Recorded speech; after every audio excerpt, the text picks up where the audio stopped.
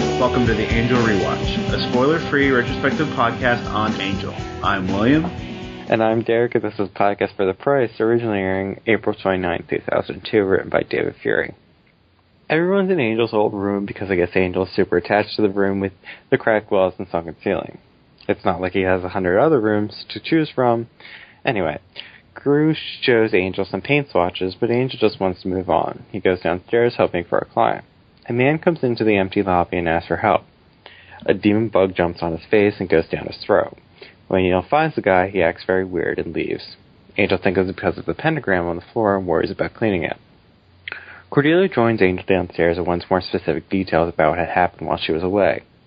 While she gets Angel to open up, really she is the one who wants to do the talking. She's upset that Angel didn't call her and that she didn't do anything to help. On the heels of this conversation, Fred thinks maybe it's time to bring Wesley back into the fold. Apparently Fred has temporary amnesia and forgot how literally a week ago she told Wesley never to come back to Hyperion or Angel would kill him. Basically, that was all just a setup for Fred to go to Cordelia and Cordelia to tell her no. Cordelia's not going to talk to Angel about Wesley because Angel doesn't want to hear it. Angel's Cordelia's priority, end of discussion, period, the end, forever, infinity. Gru hears this and makes a sad puppy dog face. It's different than his regular puppy dog face because he's frowning. Cordelia gets a vision of Angel being thrown across the floor of the Hyperion, and Lauren comes in. The guy from earlier is across the street, literally sucking the juice bar dry. Cordelia is worried about her vision, but Angel is all about this new mission. An investigation finds the man. The juice bar is destroyed, and the guy looks like a zombie. Well, his face does because the makeup department forgot to do his hands and ears. Angel tries to get Dry Bones to come with them peacefully, but when that doesn't work, he punches the guy in the stomach and he falls flat. They take the zombie man back to the Hyperion, and Cordelia keeps fretting over her vision. Angel tells her he's in danger all the time, it's no big deal, and what's happening now has nothing to do with him. So zombie Dry Bones wakes up, tells Angel this is all his fault, and collapses, cracking apart directly onto the pentagram. At Wolfram Hart, Gavin comes into Lila's office. Apparently Angel's big spell that Lila helped with has caused this demon bug infestation. Lila's happy until Gavin reminds her how the senior partners will feel if Angel dies because of the spell she helped cast. Lila goes into action mode, and by that I mean she makes some phone calls and does absolutely nothing. Angel Investigation splits up, and there's a bunch of little character scenes we'll probably talk to about in the main podcast, and I'm getting tired, so I won't talk about them here. The point is that Fred gets bitten or infected or whatever you want to call it by the demon bug. Gunn freaks out. Angel tells him that they can't go anywhere. Fred fights against the bug, taking over her brain, but it's still dying, and then there's a fight in the basement, and in the struggle, Gunn disappears. Gunn has left the Hyperion and goes to Wesley. Gunn tells his newly badass Whispery Wesley that they need his help. Wesley acts too cool for school, but when Gunn tells him that Fred is in danger, Wesley decides to help. He says this is only for Fred, and he doesn't want any of them to ever come see him again. In the Hyperion, Angel tries to talk to the demon inside of Fred. The demon tells Angel that they are trying to escape from someone called the Destroyer. The Destroyer that is here to take care of Angel. Just as this important information is delivered, more demon bugs attack everyone. Angel hands Fred off to Gru and stays back to fight the bugs off. Cordelia stays with him. Gru and Lauren take Fred upstairs and they find Gunn coming back into the hotel. Gunn rushes over to Fred and gives her alcohol. As Fred chugs it down, the demon crawls out of her. Gru stabs the monster, killing it. Cordelia and Angel are fighting in the basement, and during the struggle, Cordelia grabs a hold of one of the bugs. She begins to go brighter and brighter until there's an explosion of holy light. The demon bugs are killed, and the day is saved because Cordelia is part demon now. Hooray! Across town, Gavin tells Lila that he got a hold of Linwood, who is on vacation. Linwood is apparently A-OK with letting everyone in the Hyperion die. Lila effed up big time, at least according to the two men. At the hotel, Angel and Gunn make up. Gunn realizes why Angel went so far for Connor now. Then they all begin to wonder about who this destroyer is and when he is going to arrive. Fred jolts up and says that I think he's here now. A gigantic demon pops out of a portal that is opened up in front of them. Then a Peter Pan mother humper jumps out behind the demon and kills him. He turns and points his armed crossbow at Angel. Angel recognizes him immediately as the Peter Pan guy says, "Hi, Dad." And that's the end of our episode. So, I would still constitute this as a Case of the Week episode, but it just has some overarching elements that we've been dealing with. But so far, like, the past 2 episodes have kind of felt like Case of the Week episodes, but have still been very good. Oh, well, that was your opinion. Yeah, like, I liked Double or Nothing, and I actually like this as well. Well, I like this. I did not like Double or Nothing. I just think I like the way they've been handling it, where you can still have a Case of the Week style episode with some deeper emotional connections to the overarching story, and I think they've been handling that pretty well. I mean, obviously, yeah, we had our disagreements about Double or Nothing, but here I feel like we still get some of the remnants of Connor being gone, and I like them tying up some of the threads that we had mentioned on the podcast last week, while still keeping a really solid story. And I actually kind of like the invasion of the body snatchers slug things. So, okay, well, it helps that the reason the invasion of the body snatcher slug things are here because of what Angel actually did. Yeah. I didn't like the actual slug things because they were really bad CGI. But that's just me. I didn't mind the CGI of the bugs until they found the bunch of them underneath the floor. That one looked really, really bad, but... Well, look, I think it looks really, really bad when Cordelia's holding the one. It's not great, but it was better than the big demon at the end. Well, there's just a lot of funky CGI going on. Yeah. She glows brighter and brighter, and it's just... it's not a great special effect, what they do to make Cordelia glow. Yeah, it's dated. It's kind of charming, though, but still. Yeah, I still thought it worked. I mean, what the demon bugs do... Well, what the demon bugs do to Fred, because I don't think the first guy does it... Not that he does a bad job. I don't think he's particularly interesting, though, because we don't know anything about who he is before he becomes infected with the demon bug. Yeah, and they also play having Angel's reaction to him is more, like, comedic. Mm-hmm. But yeah, like, what you were leading to, Fred comes off really creepy. Mm-hmm. So it doesn't even really bother me that they had the damsel Fred even pointing out that Fred is a damsel in the actual episode. Yeah. Because Amy Actor gets to do something pretty cool acting-wise. And the other thing is that it really needs to be one of the lovers that gets in trouble. And last week it was Gunn who Fred jumped into action to save. And it also helps that Gunn, I don't know, I guess we're kind of going back to that old Gang of Mine where Gunn doesn't really understand Angel, and this brings him to a new level of understanding with him. Right, well, they had that tension moment whenever Angel tells him that he can't go anywhere, and yeah, I don't remember what happens before that, but then Gunn tells him that his son is dead. Yeah. Which he's not. Because we haven't even talked about the fact that Connor comes back at the end of the episode. Well, I think we'll get to that, but we will. But I'm just saying, I think it's weird that the first thing we didn't talk about was the bombshell that was dropped at the end of the recap that Connor is alive and he is a teenager and he has a crossbow pointed at Angel, and he's totally Peter Pan looking, and he's Pete Campbell. Pete Campbell. God. Okay, but Connor. So I have no opinions or preconceptions of this character because I've never met them before. Do you remember how you felt on first watch when he showed up? Did you expect something like this? I never thought Connor was gone. So yeah, I didn't have a big reaction to him coming through that portal. I think if I was watching it live, I think I would have been surprised that this particular episode Connor comes back. But I never thought first time around that when Connor went through that portal that was the end of Connor. Do you think they... So by the end of that last week, they had Angel putting up the crib or whatever. Mm-hmm.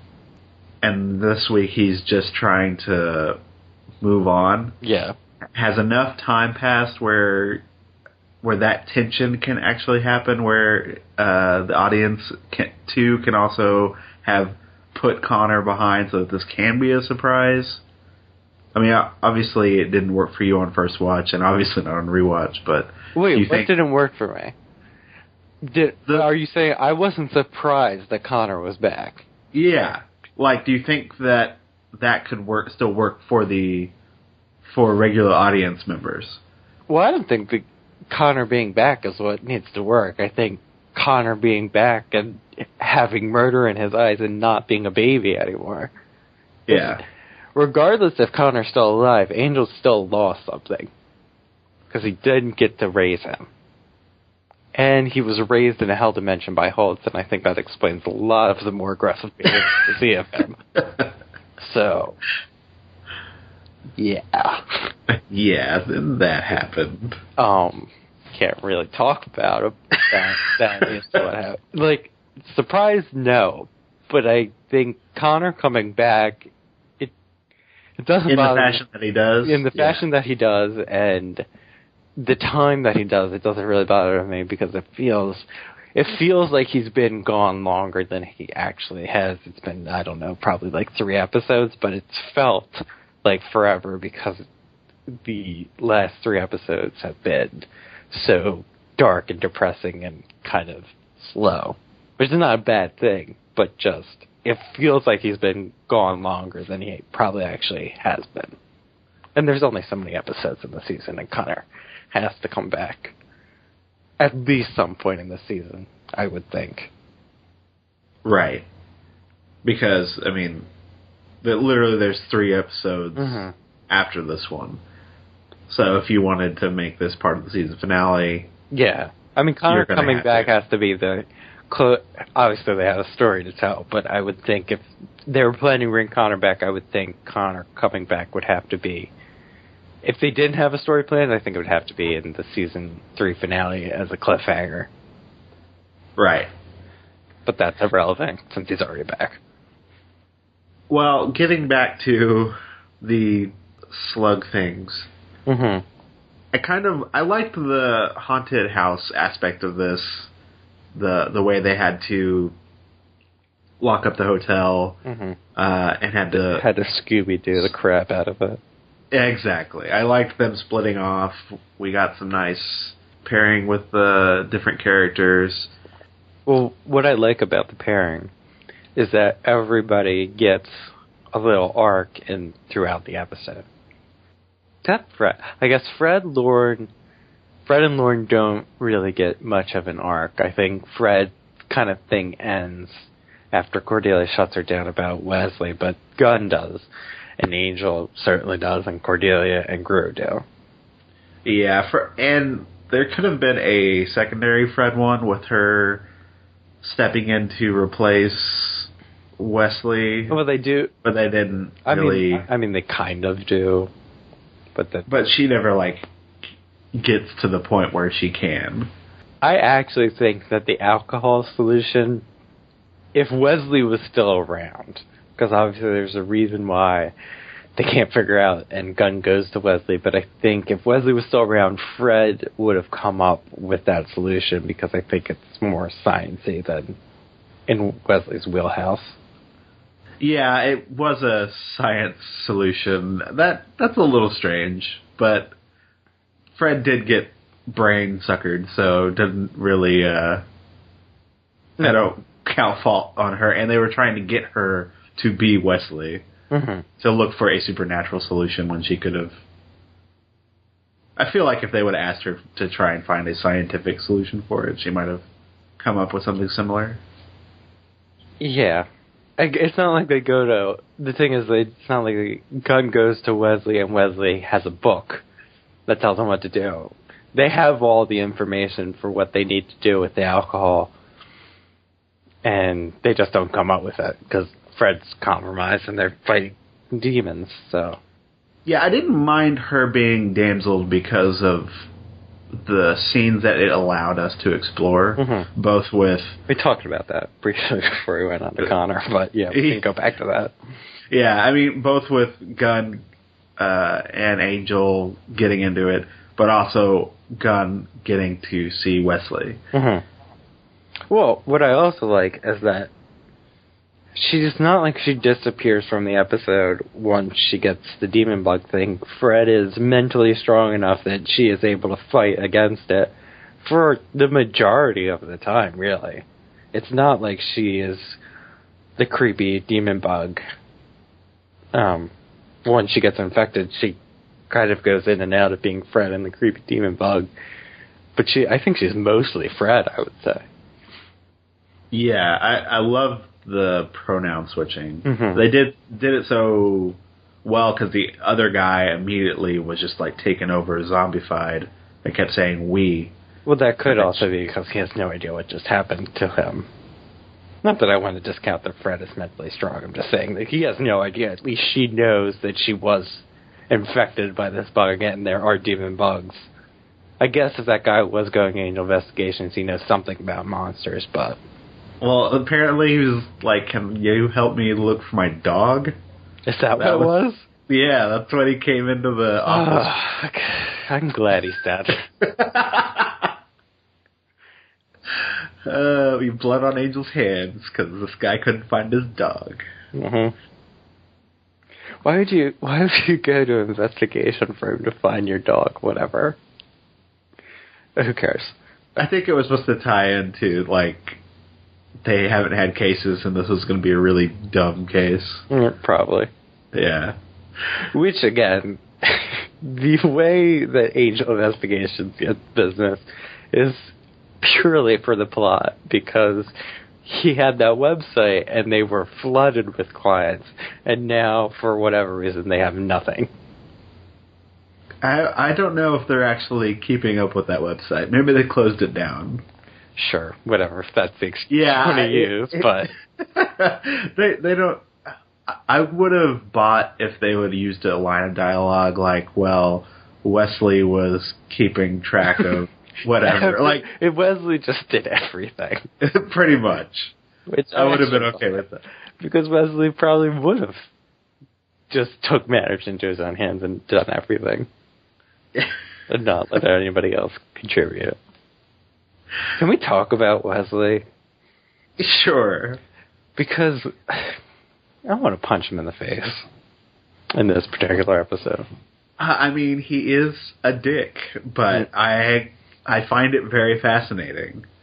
Not that I don't, it's not that that's not bad on the episode's part, but he's he's a dick. He is such a jerk.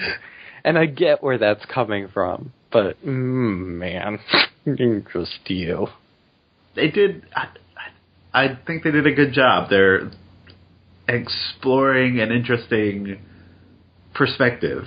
Like, I like that he is a dick about it, and that he's not right. Like, he's like, well, I didn't get a chance to defend myself, but it feels natural for what his character would be like. Yeah, it feels right that Wesley has decided that in some way he probably knows what he did was wrong. And the way he's going to cope with that is just to lash out. And just, well, you guys didn't give me a chance to explain myself, and all I wanted to do was to make it up to you, and you won't even give me that chance. So you know what? I don't even want to talk to you. So there. Like, the very immature kind of nanny that you don't like me? Well, I don't even like you. So whatever. You fired me, I quit. I think he's turning into, like we've said, he's not turning Angel. He's freaking Angel. He hasn't turned into. The transformation is complete. He's even whisper voice at all. Well, Angel doesn't really whisper voice. Angel grits his teeth and probably puts his hands around your neck or throat or somewhere around to threaten you. Is his scar getting bigger? I think it has shifted position. Because as far as I remember, it was a straight cut across right below his chin, and now it has moved and migrated up his neck on a diagonal. Yeah, that's no shallow cut. No, because that's going towards the jugular, and looks like he got decapitated mostly. Yeah, but as I'm saying, if it is not where his actual jugular is, it is pretty damn close. That cut. And well, we don't really have to go back to it, but I have no idea how Wesley is alive. I would not be surprised if they had said something like, "Oh, mystical mojo, blah blah blah blah." That's how he survived. No, I don't think they will. But they would not. But speaking of mystical mojo, mumbo jumbo, Cordelia, half demon, Deus Ex Cordelia. Mm-hmm. Whatever. It works. Well, I'm glad they haven't dropped that. Mm-hmm. They kind of did. Oh, well, they kind of did, but the other thing is that she went on vacation. Yeah. And they mention it as much times as they possibly can, but she's part demon now. Which is, I forget what episode where they were doing that again. It was like the episode after. It was right after. Yeah, but she recaps for Connery the previous episode, and it doesn't come up at all that she's part demon. It's just they needed Cordelia to do something, I guess. So at least this time there's a payoff with that. I don't know what else I was expecting. For some reason I remembered them blowing. Yeah, I remember the bugs blowing up, but apparently for some reason I thought they were gonna turn on the gas stoves, but that would probably blow up the hotel, so that doesn't really work. I don't know. This kind of works. Well, it's a kind of explosion. Yeah. Although I didn't necessarily like how Fred's skin goes back to normal. So you want them to constantly have Fred's skin be... No, but as long as it gets treated or whatever, not necessarily instantly snap back. It's something mystical. It doesn't bother me. Okay, whatever. I mean, actually, probably the fact that her skin is becoming weird is actually not mystical. That's that she's becoming severely dehydrated. All the liquid in her body is going out, but still, it's something mystical. That's fine. Whatever. When Cordelia does that, she might as well just give Fred all her fluids back. So that sounded wrong. I was like, can I quote you on that? Speaking of misquotes, Cordelia calling for a puppy dog, which I would just want to point out that I did not actually remember when I called Crow a puppy dog that Cordelia was going to call him a puppy dog in the very next episode. So that was serendipitous and accurate. I like that we got some of the things that I was looking for last week. Like her getting on a little emotional moment with talking about how she wished she could have been here to do something. She could have done something. I thought was a nice way to give me that emotional reaction that I was looking for last week without it feeling cheap. And I do like her bringing up that I'm just not going to talk about Wes, even though it was totally a non-answer. And no, it was, but I think it's a non-answer that is really an answer, because I think it explains in a way how she feels about Wesley. That it's not that she just doesn't want to talk to Angel about Wesley. I don't think she wants to talk about Wesley because I think she's kind of disgusted with him and what he did. Yeah. So that explains why she hasn't really talked about Wesley, because I think it's probably not just as painful for her as it is for Angel, but it's certainly painful. Yeah, I do wish we could read more into that. I think you can definitely pick up on those notes. And the other thing is that her feelings about the situation, it's what she says, it's about Angel. I don't care about anybody else. Yeah.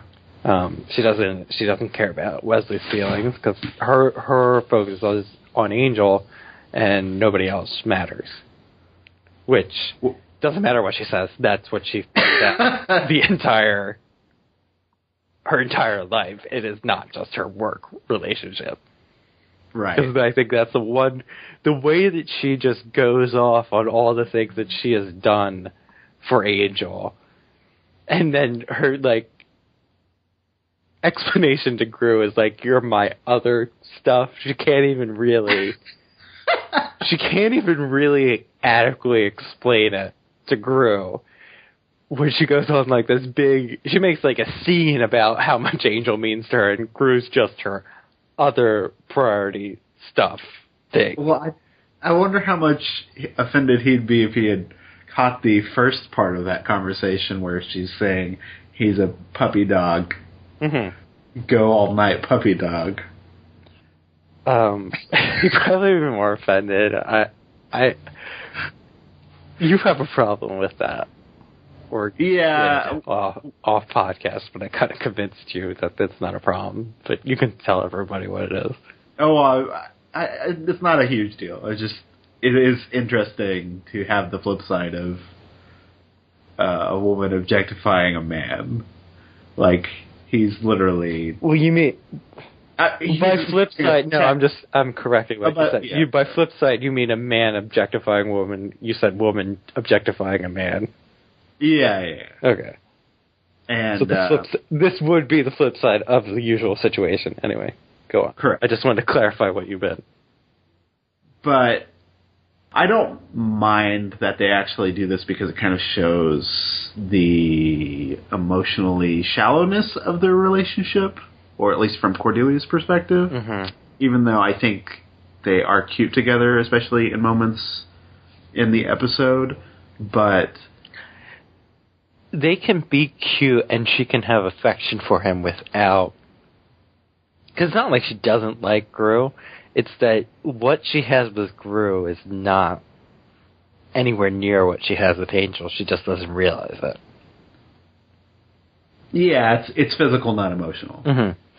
And we're gone back and forth about why Cordelia seems so oblivious to her feelings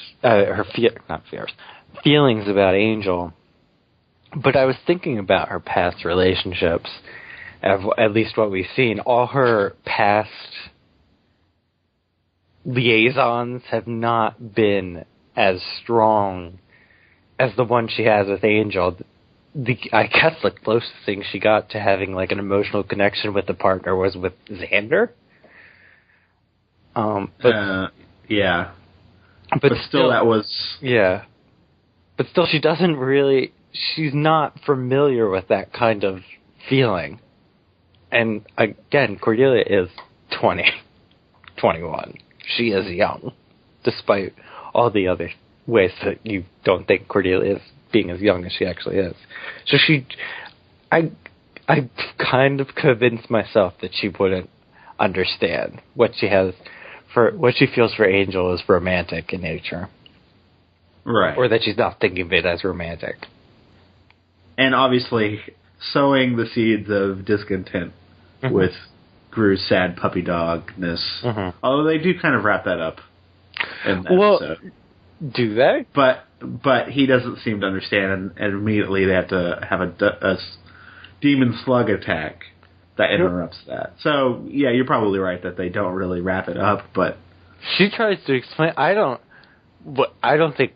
All the things that Gru doesn't understand, I think he actually understands this perfectly. It's just that there is a demon bug that attacks. Although apparently she thinks that Gru's going to axe her. Well, there is a second where she thinks Gru is going to axe her. And then she is the one that actually tries to kill the bug, so from the moment that she thought Gru was going to axe her to the moment where she throws that sword behind her or whatever she's carrying. I guess she has figured it out. Which I also really like that she says, "Excuse me for trying to save my own life." My own life, right. Yeah. Which is a nice difference between Gru and Angel. At least at this point. Because Angel would have, season 1, been upset with her, but now he doesn't make too much of a hissy fit when she decides to stay and fight with him. Yeah, he does the typical, like, I told you to get out of here. But then that was it. Yeah. I mean, season 1 Angel would have just been distracted from fighting and yelling at Cordelia to get out. Season 3 Angel's like, I can't do anything about this fraud. Right, and they've done a good job of making her an equal to Angel, but obviously she saves the day here, so who knows exactly how powerful she is. But if she's able to just, like, make a supernova that kills all the demons except demons that aren't Angel, and everyone else is fine, then maybe they don't need Angel so much anymore.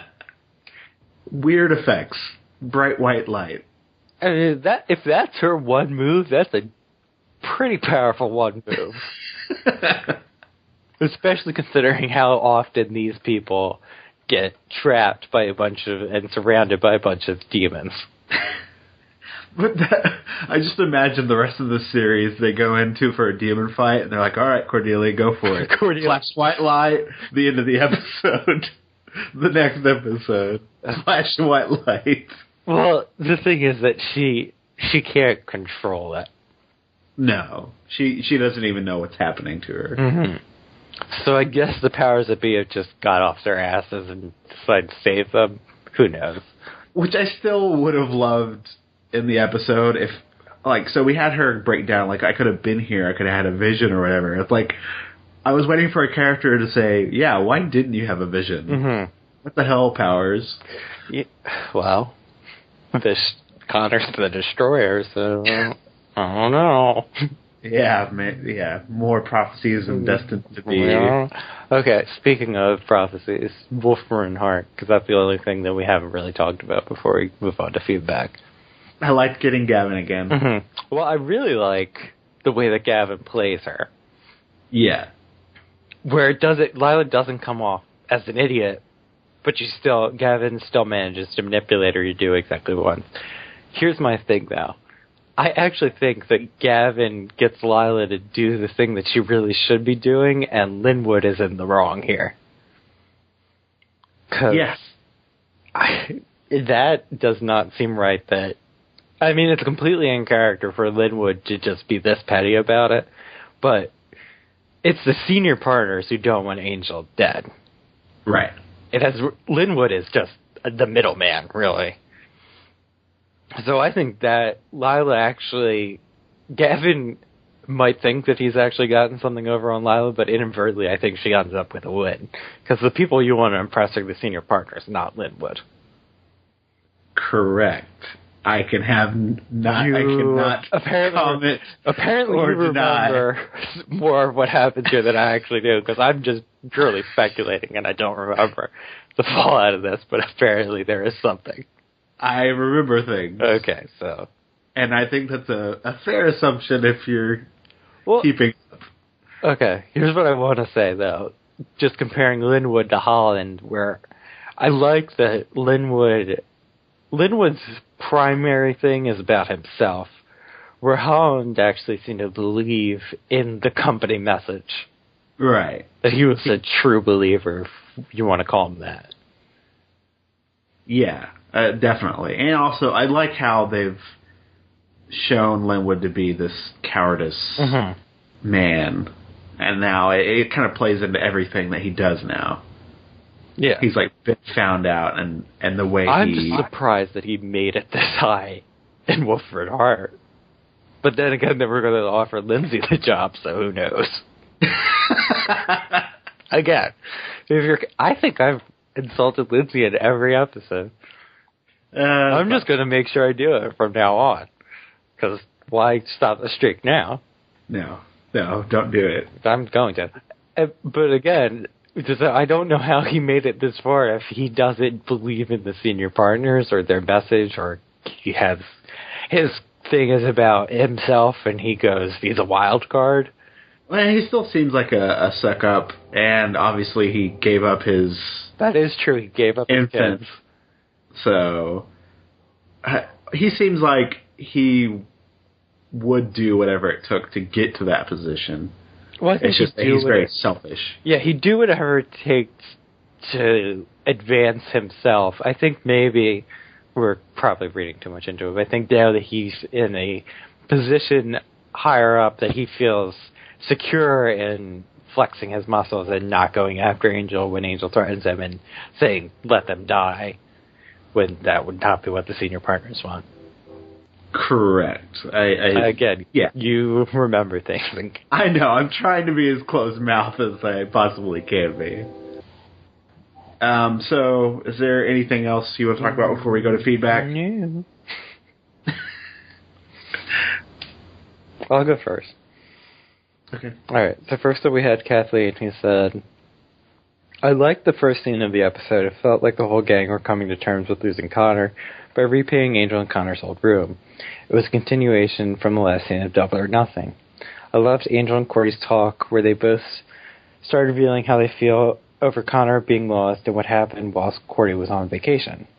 These two really know each other. Corey telling Fred that she won't speak to Angel about Wes answers the question hanging from the previous episode of her reaction to what Wes did, though I felt a conversation between Corey and Wes would have been important. It felt for Guru when Corey started going on about Angel being her priority, but the way he turned her way pouting reminded me of everyone's favorite character, Riley Finn, when he always pouted over Buffy being stronger than he was. I didn't like Guru reminding me of him. The monsters of the week, glow-in-the-dark Stugs, I didn't mind them. It was interesting seeing the gang being trapped by them. Gavin tricking Lyle and to get help for Angel investigation, Slug invitation, I'm starting to like him. Gunn going to Wes for help was the right move. You could see how hurt he was, and deservedly so, when he nearly didn't help them, but the fact it was Fred still keeps this so-called triangle bubbling along for the writers. The final scene, brilliant. On Rewatch, we all knew Connor would return, but I still enjoyed the look of shock on Angel's face. Connor grew up fast, and he's looking for revenge, so thank you, Kathleen. I do like, we didn't talk that much about the opening moment. Well, we're not... okay. The first opening moment. I was thinking you were going to the Cordelia and Angel scene, which there's a reason we haven't talked about it. No. I'm talking about them painting over the walls and everything. There's a lot of little things. I don't know why he doesn't move to a different room, because it's not like a paint job is going to fix what happened. The ceiling came in. All right, so like how he's not over Connor, it's not like a paint job is going to fix what happened. Oh God. If you were in the same room, I would have slapped you across the face. The cracks will always be there. There's so much you could, like... No, that's dumb. He has 100 other rooms. The Hyperion is apparently like the biggest building in L.A. They have a ballroom in the basement, and they don't actually have a pool, right? That's just the demon slugs, or is there an actual pool underneath the ballroom? The ballroom, I have no idea. I don't think that's right. But that's what they said in the episode. That makes it zero. Retractable ballroom, which doesn't make any sense because I think that's a little bit too fancy for 1950s when the building went out of commission. Right. But whatever. Again, it's like there only one room with the kitchen in it. There has to be another big room that he can move into. Probably, but I don't think Angel's the kind of guy that wants to. I don't think he wants to forget. Okay, fine. As much as he says, I want to just move on. That's true. But it just bothered me that they've cleaned it up so much when the ceiling caved in. So does he just look up to the next ceiling on the room above him? Whatever. I don't want to talk about it. It's dumb. I think he should move. He should probably move rooms. I didn't mind it. I mean, I know they have as a representation of his So wait, does Fred still lives at the Hyperion, right? Because the room that Gunn went to go see her in did not look like a Hyperion room, but it seemed like Gunn, when they were talking, that it was a Hyperion room.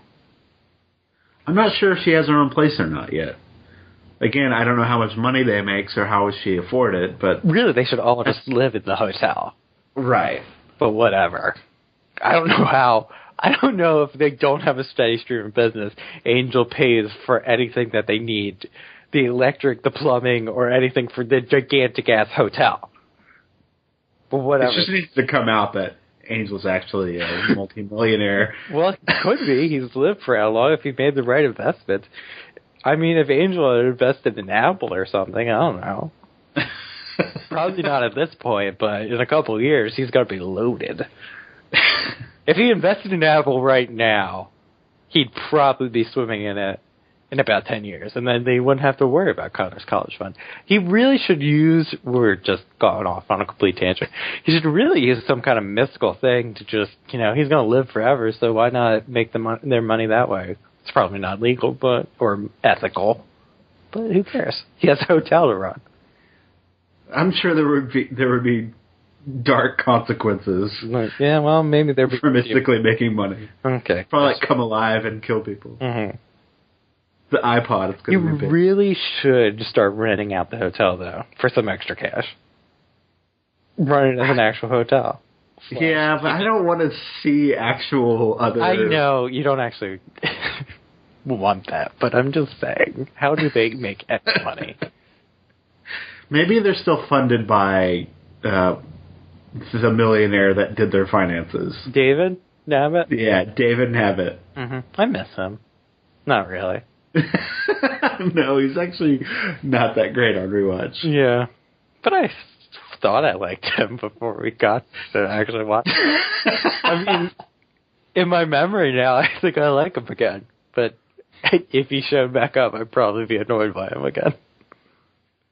Anyway, we can move on, because we haven't really talked. Actually, the one thing I want to say about Kathleen's comment is that we really can't talk about Riley as per our own rules about we're not allowed to talk about what happened to Buffy after Angel left. But I do think it's a good comparison between what Gru does. Not actually that Riley pouting over Buffy being stronger. I think it's more that something that happens that is actually exactly what happens with Gru here. Again, I don't really want to talk about it because we can't. Right, but it's annoying that he has the pouty face reaction, but he's justified in doing so. Yes. In a roundabout way, because even no, he is. In the context of that scene, you'd be like, oh, Courtney doesn't mean it that way, but she does deep down mean it that way. Yeah, even if she doesn't know it. Even if she doesn't know it, I think Gru knows it, and Gru came from Pylea to be with her, and he is in love with her. Like, there's no... He's completely invested... As far as he knows, this is... I mean, he's naive and all that, but this is the strongest he's ever felt about anyone. Right. And he wants to be with her. And deep down, she wants to be with him, and she would be with him, but I think at this moment that he realizes that she doesn't love him in the same way that he loves her. Right. She doesn't prioritize him in any kind of way, mm-hmm. and thinks of him as a puppy dog. Why do you keep going back to that? Because he is. Anyway, we can move on. Okay. So next up we have Andrew from Tacoma, who says, been waiting for Gavin to show up again. Only thing I like about Gavin is that he has no backstory. He doesn't have to prove anything or try to overcome a past. He's simply a lawyer who happens to be Asian and not an Asian lawyer, so his lack of personality has nothing to do with his life. Oh, and how about that intro of what my wife calls the androgynous teen pleaser?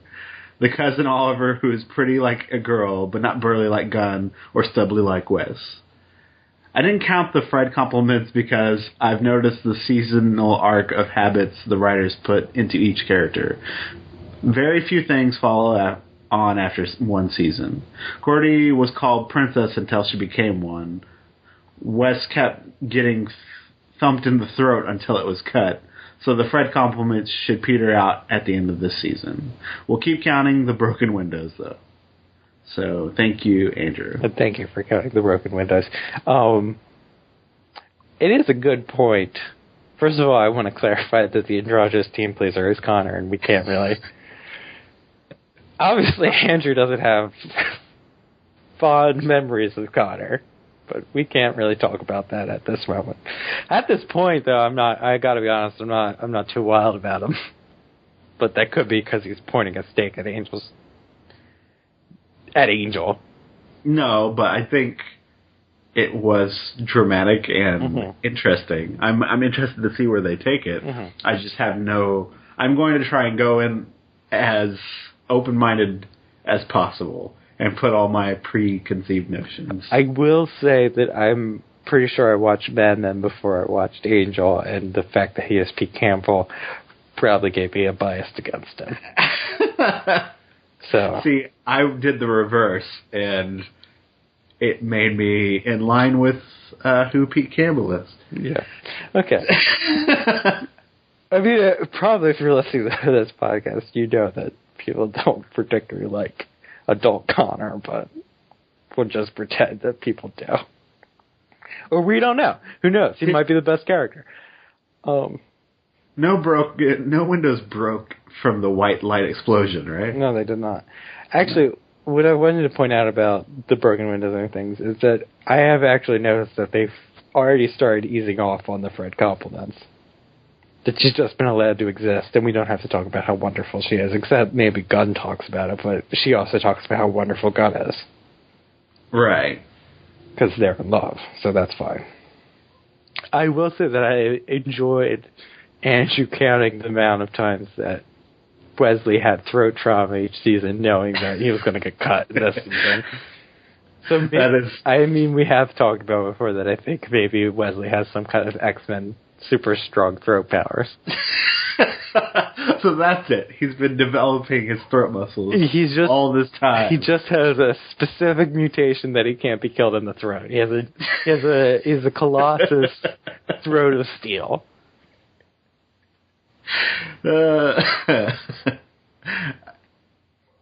It's not Mitchell Moscovit, but I think it's funny that Gunn says it's Fred, and so Wes is like, the angel transformation is now complete because I'm waiting for him to spout because it's Fred. Well, and it's Gunn that does it, not Wesley that does it. I know, but Wes needs to do it now. Yeah, well, Wesley basically does it anyway because it's Fred. But I would like that Wesley just doesn't care anymore, and Fred. It wouldn't make sense in the scene, but he's been told so many times it's Cordy that if he just rolled his eyes, but that wouldn't make any sense because then he wouldn't help.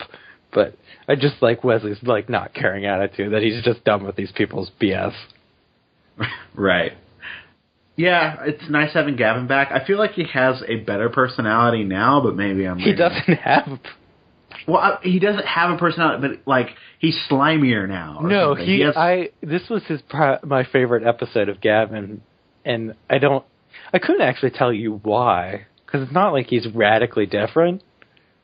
I just think maybe Daniel Day Kim has gotten more comfortable in the role of just not being a guy that doesn't really have a personality, is just there to mess with things. Or maybe he's just better written. I don't know. But I really like Gavin in this episode, and it's not like he's a different character. He's the same guy. It's just he seems to be perfected. Yeah, he just seems kind of gleeful with what he's doing. And maybe it's the fact that he does end up, in a roundabout way, get one on Lila so that I actually enjoy it more. Yeah, he's kind of failed every time, and that probably hasn't helped things. Right. Like, he's been a suck-up up and in and out. And he still is, because he's like, oh, I called Linwood on the emergency number. But still, I don't know. For some reason, it's paying off now. It's being a little bit more interesting. Mm-hmm. Okay. So next up, we had Keenum, who said, the alcohol solution made no sense. Who cares? Cordelia hides her hair. Who cares? I have a phobia of slugs. Who cares? Because this was so much fun. Wonderbird Linwood went on his vacation and he gave it a 74 out of 100. So thank you, Keenum. Keenum actually wrote me on Twitter and said he apologized for how brief it was, but I don't think it matters. We talk about the alcohol solution because I think the alcohol thing makes sense. And I wanted to talk about Cordelia hiding her hair. Okay, so then we have things to talk about. No reason to apologize. Anyway, as far as what I know of alcohol, since I can't drink it, this would make sense, correct? Because alcohol is a liquid that dehydrates you, so the demon slug would think that this is something, but it's actually poison. I gotta get out of the host or whatever. Mm-hmm. Yeah, that's the way I justify it, and I'm sure the way the writers justify it. Mm-hmm. I mean, you could read into it as like, well, I'm already getting dehydrated and it's cracking my body, so I'm drinking the thing that's going to dehydrate me further, so shouldn't it just be speeding up her... Yeah, but I think the thing is that what you said is it's poison, that they think it's liquid, and it probably hurts them in some way. I don't know, because heat hurts them, but alcohol's not really heat, but I don't know. They are vulnerable in some way. Like I think it doesn't matter because it's just whatever. But I think if an outside source dehydrates them, then that's what affects them. Like the heat dehydrates them and the alcohol dehydrates them. Right. It makes better sense than them like having a giant salt shaker or something. Which is what they could have done. Which I'm glad they didn't. But it worked for me, and honestly, it's not like I can come up with a better solution off the top of my head. So, I mean, they could have had, like, Wesley be like, all right, here, use this incantation, blah, blah, blah. Mm-hmm. But I like this as a simple solution that didn't need any explaining. That way, Wes can go back to his brooding. Yeah. I did not like the whatever it is that's covering Cordelia's hair. The bandana that looks like she's a cancer patient. Yeah, there you go. That's they're painting. And okay, so you don't want to get on the hair. Okay. Yeah. And her hair has also changed styles between the last episode. It has shifted more to one side, and we're getting to the hairstyle that I hate. So, yeah. Oh, so that's the hairstyle you're thinking when it is swooped to one side, yes. That is the thing I do not like, and we're getting closer and closer to it. I think that's the Season 4 cover. Is it the Season 4 cover? Okay. I'm fairly certain, but I could be mistaken. I want to know more about Kanum's phobia of slugs, though. Well, I don't particularly like them either, so I could tell you why I don't like them, because they're creepy looking. Did you... I mean, I know it's not fantastic CGI, but I liked the way they set up the Monster of the Week. That it still had a kind of creepy atmosphere. And the threat of them was real enough since we saw that guy turn to dust. Yeah, which is a very dark moment that is kind of odd, because this is mostly a lighter episode. Not that, I mean, it's still Angel dealing with Connor's loss and all that, and there's a lot of emotional stuff going on, but the tone is more of a fun episode. Which mostly abounds as well. I just think the guy dying is never really dealt with in the way that it should be. Because besides, Lauren's the only one that really wants to talk about the fact that Angel just kind of killed somebody indirectly. Right. And Angel says, I know, so just shut up. I'm dealing with it. And we don't really talk about the fact that Angel indirectly killed somebody. I mean, it's not like he's directly responsible, but he is indirectly. Yeah. Yeah, well, even the way the attitude towards that character, like, Angel's like, oh, I know you, and is all Yeah, that could be lucky when dealing with him. So that's the other thing that kind of bothers me is that they treat this guy like a complete joke until he crumbles into pieces. Which is that just them trying to not misdirect, but then like set up whenever they pan to the pentagram. I think it works okay. I think the reason they do it is to make you not be that concerned when he dies. Like, they don't want you to think of him as a person. Right. Killed. He's this thing that starts the case of the week. Which in that way, I think it works all right. Mm-hmm. But again, Angel indirectly killed a guy. Yeah, but how many... I mean, that happens quite a bit, right? I don't remember it happening in a while. I mean, certainly Angelus has killed a lot of people, and Angel killed that whole room full of lawyers, but like Gavin said, they were lawyers.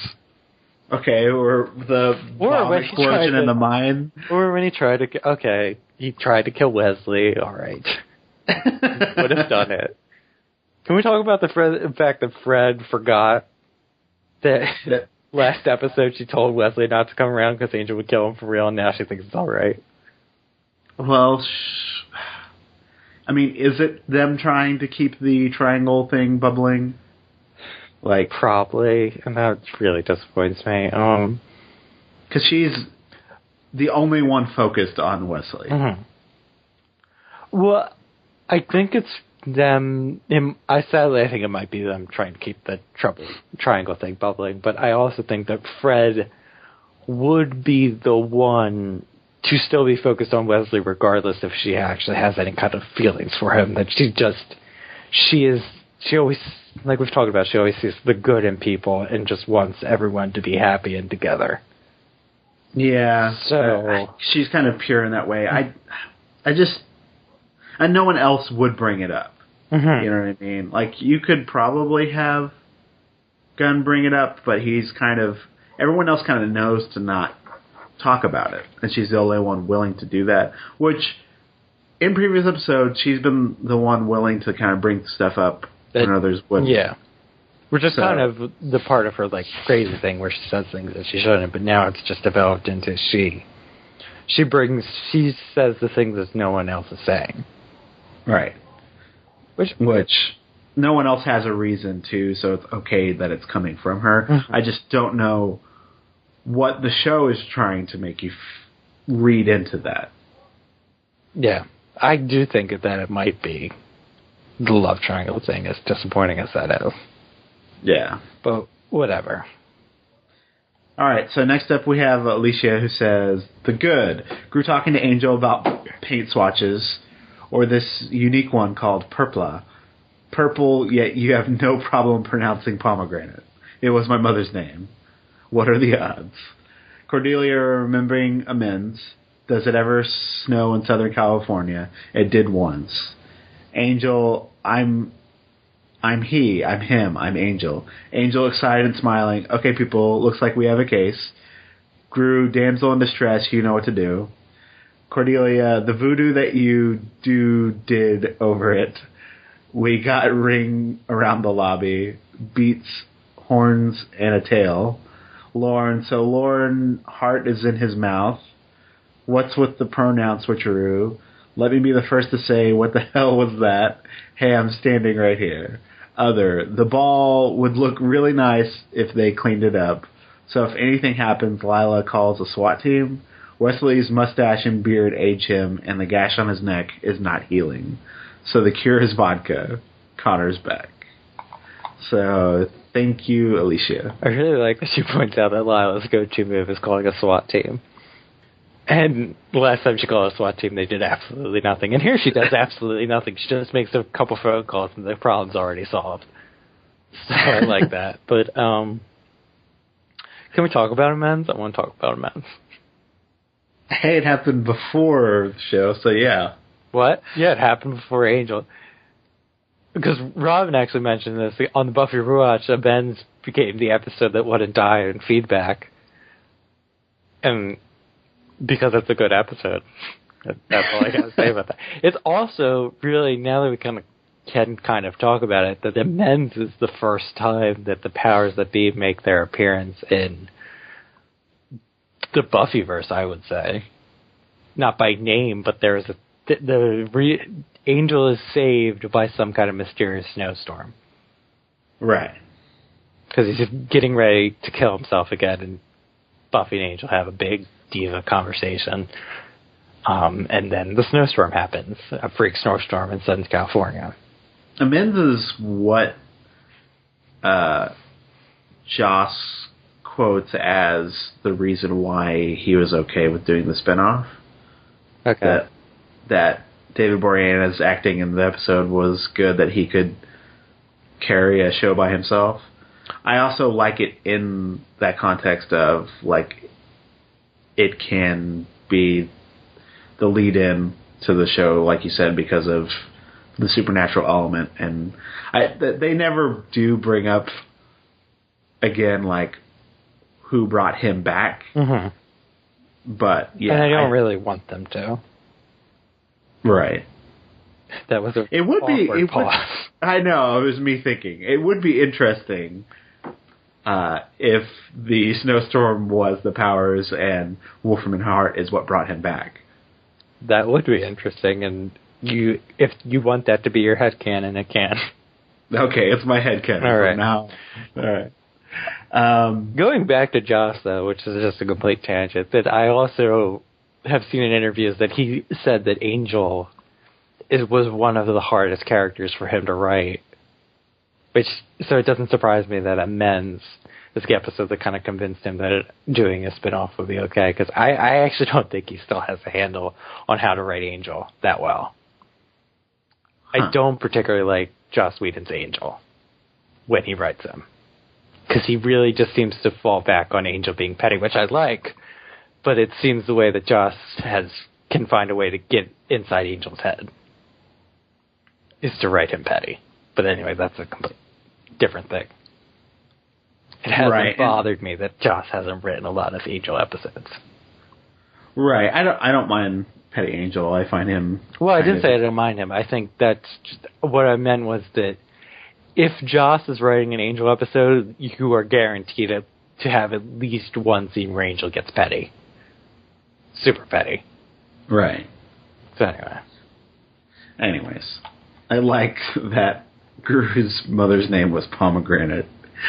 I really like Gru. I really do. I love him. I don't know why. No, I don't know why either.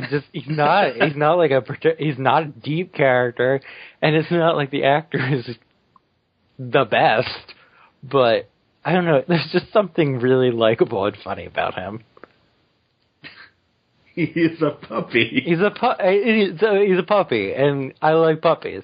So yeah, exactly. That's probably why I like Gru. And I consistently laugh at him, and it's not like they're even really funny jokes. He's a perpetual fish out of water. Yeah, they don't overuse Gru. Like they can't do a Gru spinoff. And they use him the exact correct amount, that he comes in, he says something funny, and he's just around to be kind of confused and doesn't really understand things. Right. Which, yeah, they've used him to really good effect, even when he doesn't have to say anything, like when last week, whenever they were formulating a plan, and he was just kind of head nodding the entire time. That was very funny. Mm-hmm. I didn't catch the Lauren hearts in his mouth. I didn't either, but line. Sure. That makes as much sense as his... I thought he had a heart in his I was going to say ass, but why not? Yeah, isn't it? Isn't it? It is. I thought it was in his butt cheek. So... I don't know. Maybe... I don't know. I think he has multiple hearts, though, actually. I think he has also said that. Weird. I think when we learned that one was in his butt cheek, I think he said he had multiple hearts, and one, it was in his left butt cheek or right butt cheek. I could just be making that up. But that is a weird thing to have a vague recollection about if it didn't actually happen. I did like his little "Hey, I'm standing right here" after Cordy says "beats hornets in a tail," which he doesn't have a tail, right? No, he doesn't. No, we've never seen the tail. We've never seen it, so he might have a tail. I think he only has the horns. Okay. And yeah, the ballroom set was nice. I have no memory if we ever go back to that. No, we don't, because there's multiple rooms in Hyperion that we don't go to. Because they don't actually exist on set. It's somewhere else they've gone to. But it was a cool, like, them going around the Hyperion in the dark worked well for me, and I thought that was a nice set piece for the last action bit, even if the CGI didn't hold up. Yeah. No, it's fine. Okay. Fair moments now. Then scores.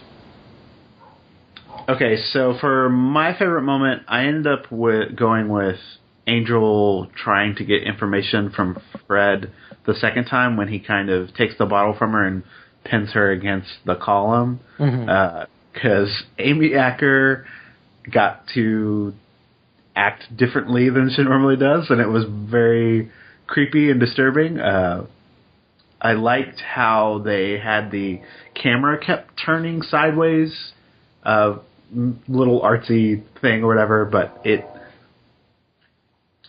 worked well at making her performance come across even more disturbing. And I liked her kind of finally, like the brain slug had kind of not taken her over, but had been gaining more ground. And the way she delivered all of the information dump about the destroyer and everything, I thought came across very convincingly, so that it was kind of chilling at the end when she's like, "Hey, it's here." Well, this might be kind of spoiling, but I do think that Amy Acker, of any of the actors, which sounds weird if you say Acker and actor. Anyway, of any of the actors on the show, I think she might be my favorite. Just not even in Angel, what she's done after Angel. I think she has a surprising, maybe not as surprising, but she has a really good range of what she can play. Right. I have not gotten to see any of her Persons of Interest work, but it's everything on Netflix, so I went to watch it. Well, yeah, everything that I've seen her in, I've really enjoyed, and no commenting on things, but yeah, I think you're right. She does have quite a bit of range, so it doesn't surprise me whenever they ask her to do more things like this, that it comes off. Well, this is the first time they've actually asked her to do something different than playing Fred, and she does a really good job with it. And I don't know if we can't really, but I don't know if it is kind of spoilery to say that they will do different things with Fred. Maybe, I don't know, but also this might be the first time that they realize she can do something different when they ask her to do it. Well, I also it's Fred, and then it's like the transition through the episode. Like it still feels like Fred and the creature. Yeah, it's a mix of both. Like she doesn't change her voice really. It still sounds like Fred saying this really creepy stuff. Right. Yeah, and the way that like the dial keeps turning towards the creature thing. And then it gets to this scene where it's disturbing and creepy. And I love the way she has the Fred giggle, drink and be merry. That I found that line also creepy as well. It was a little too self-aware for Demon Slug. Or, not self-aware, pop culture aware for a Demon Slug. Hey, that slug was knowledgeable. Maybe it could access Fred's brain. There you go. Well, it did take over her brain. Anyway, let's get to my favorite moment. I went to the surprise of no one, Cordelia and Angel. Well, Cordelia breaking down, or getting as close to breaking down as she got talking about how she couldn't help and that she wanted to help. Because it's the first time since I like even that she doesn't even really try that hard to get Angel to open up, and she manages to do it, and he gets upset with her. But really, it's just about her wanting to talk about it because she hasn't been able to talk about it yet. Because she's been so focused on making him better that she hasn't thought about herself and how she actually feels about Connor being gone. Right. And I like how that scene starts off with Angel kind of breaking down, with her saying that he needs to vent because he's like, you got me talking, like he starts getting into it and getting worked up and like, oh, you got me talking about it again. Mm-hmm. But in the way that she ends up expressing her emotions finally was nice. And I like that they both get on the verge of breaking down without completely losing it. Right. Which means that they don't really have to break down for the other one to understand what they're going through. This is what I take that as. Is that we both know how we both really feel, that we don't need to talk about it in depth. But we said enough that we feel a release, and you know how I feel and I know how you feel. Right, which it's not that I would still wouldn't mind of having a scene where the two of them did fully break down. But she was kind of there for him. Mm-hmm. He already broke down. Yeah. If she's gonna break down, she's gonna do it here. Right. And now no one's gonna break down, at least not in the way that they think Connor's dead. They think Connor's a Peter Pan mother humper. Which is enough to make me cry. Right. If my son came back and was Vincent Garth, I'd be upset too. Pete Campbell. Mm-hmm. All right. I really, speaking of which, that we haven't really talked about, I really like how Angel immediately recognizes him before he says anything. You can see it on David Boreanaz's face that it's shock, but it's shock because he knows who this is before he says, "Hi, Dad." Yeah. I want. This is one of the. There's been a couple of episodes where I've been very tempted to hit the next episode and had to restrain myself. Okay, and Cordelia's vision hasn't happened yet, right? It didn't happen with the demon slug thing. No, he hasn't been thrown across the room yet. Mm-hmm. So I feel like... I think it might be at the beginning of next episode. Because I'm pretty sure they would have filmed the beginning of next episode when they filmed the end of this one. Right. Or unless at least we do a time jump a week and Connor's already been back and everybody's happy and merry. I think we might just pick up right where this one left off. All right, so scores. Okay. Yeah, all right. I've settled. I'm going to end up giving this one a 72. Because I really, really enjoyed it. And there's actually, I can't think of anything that I have a real problem with at all. Enough to complain about. There's plenty of things that I'm uncertain about, like Connor coming back and being Pete Campbell, or the whole Lila situation, or some other things that I'm not remembering right now. Wesley, I think. Wesley, Gru. Yeah, there's plenty of things that I'm uncertain about that would go in the unknown, but nothing I would call bad. I don't even think Fred being damsel I would call bad because of what Amy Acker is allowed to do. So I went with a 72. I ended up going with a 68. I just didn't get... I actually like this a lot as well. I just didn't... What's weird... I didn't get as emotionally attached as last week's episode. Which is odd to me. Yeah. Maybe I just found the grieving portion of the moving on more engaging. But I actually did like this a lot. It felt very solid. I liked Monster of the Week. But a lot of it did feel like a lot of threads still to be left to be tugged on. So that's what I ended up getting it for. Okay. All right. And if you'd like to leave us some feedback, you can do so by commenting on the post at theangelrewatch.wordpress.com.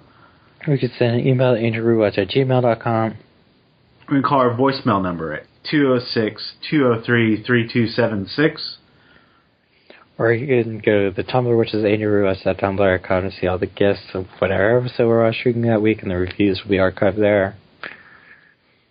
We're available on YouTube, iTunes, and Stitcher. While you're there, leave us a review. It really helps promote the show.